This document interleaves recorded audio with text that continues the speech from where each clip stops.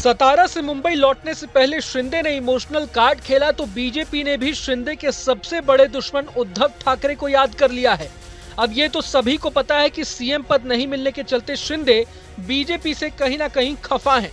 लेकिन शिंदे ने press conference करके इस नाराजगी को सबके सामने ऑन कैमरा जता दिया और कहा कि पिछले 2.5 सालों से उन्होंने एक भी छुट्टी नहीं ली है। तो देर किस बात की थी? अगर शिंदे घर के राज बाहर ला रहे हैं, अगर शिंदे गेम खेलने में माहिर हैं, तो बीजेपी भी पीछे नहीं हट रही। मीडिया रिपोर्ट्स की माने तो महाराष्ट्र बीजेपी के एक सीनियर नेता ने महायुति में उद्धव ठाकरे की वापसी के संकेत दे दिए हैं। अब सवाल ये कि क्या महाराष्ट्र में पिक्चर अभी बाकी है? दरअसल बीजेपी नेता राव साहेब दानवे ने उद्धव ठाकरे को लेकर बड़ा बयान दिया है। दानवे ने कहा है कि 5 तारीख को सीएम का शपथ ग्रहण समारोह है। पहले विधायक दल की बैठक होगी, नेता चुना जाएगा और फिर मुख्यमंत्री पद के उम्मीदवार की घोषणा की जाएगी।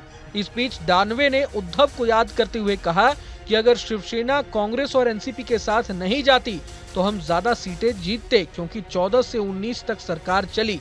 दानवे ने कहा कि अगर उद्धव ठाकरे हमारे साथ होते तो हमें आज मिले बहुमत से भी ज्यादा बहुमत मिलता। अब दानवे अपने बयान के जरिए क्या मैसेज देना चाहते हैं ये तो किसी को नहीं पता, लेकिन उनके इस बयान से उन अफवाहों को जरूर हवा मिल गया है जिसमें ये कहा जा रहा है कि अगर शिंदे बीजेपी की बात नहीं मानते तो उद्धव ठाकरे की महायुति में फिर से एंट्री हो सकती है। ऐसी चर्चाएं तो पहले से ही चल रही हैं कि बीजेपी उद्धव ठाकरे के संपर्क में है और अगर एकनाथ शिंदे इसी तरह गृह विभाग पर अड़े रहे तो बीजेपी उनके बिना ही सरकार बना लेगी। इन दावों के मुताबिक अगर शिंदे ने धोखा दिया तो बीजेपी आदित्य ठाकरे को डिप्टी सीएम का पद भी ऑफर कर सकती है। बता दें कि इस बार के चुनाव में उद्धव ठाकरे की पार्टी ने 20 सीटें जीती है। खास बात यह है कि अघाड़ी खेमे में शिवसेना उद्धव गुट सीटों के लिहाज से सबसे बड़ी पार्टी है। कुछ मीडिया रिपोर्ट्स के मुताबिक चुनाव में हार के बाद अघाड़ी खेमे के भीतर असंतोष काफी ज्यादा बढ़ गया है। कहा जा रहा है कि उद्धव के 20 विधायकों ने शीर्ष नेतृत्व से अलायंस छोड़ने के लिए आग्रह किया है। मतलब उद्धव के एमएलए भी चाहते हैं कि वे कांग्रेस और एनसीपी शरद पवार गुट से अपना नाता तोड़ें। हालांकि उद्धव की तरफ से इस मसले पर कोई प्रतिक्रिया तो सामने नहीं आई है, लेकिन उद्धव ने शिंदे को लेकर एक तंज जरूर कसा है जो एकनाथ को काफी चुभेगी। चर्चाएं चल रही हैं कि उद्धव ने बीते दिन मजाकिया लहजे में कहा है कि जिस शिंदे को राजभवन में होना चाहिए वो इस वक्त गाँव में है।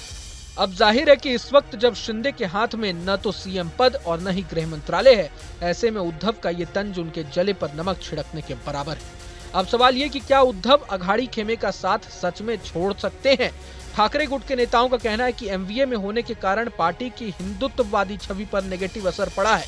इसका असर बीएमसी चुनाव पर भी पड़ सकता है। गौरतलब है कि विधानसभा में सिर्फ 20 सीटों पर सिमटने के बाद महाराष्ट्र की सियासत में उद्धव ठाकरे अस्तित्व की लड़ाई लड़ रहे हैं। अगर देश की सबसे धनी नगरपालिका बीएमसी की सत्ता यूबीटी के हाथ से फिसली तो पार्टी ग्राउंड लेवल पर भी बिखर जाएगी।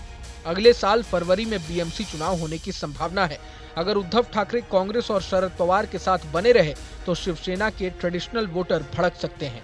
विधानसभा चुनाव में वो इसका ट्रेलर भी देख चुके हैं। बहरहाल आने वाले वक्त में उद्धव क्या करते हैं ये तो उन्हीं पर निर्भर करता है, लेकिन एक्सपर्ट्स का मानना है कि शिंदे की नाराजगी का फायदा उठाकर उद्धव ठाकरे महायुति में एंट्री लेने का प्लान बना सकते हैं। इस बीच आपको ये भी बता दें कि एकनाथ शिंदे पहली बार ऑन कैमरा काफी भावुक नजर आए हैं।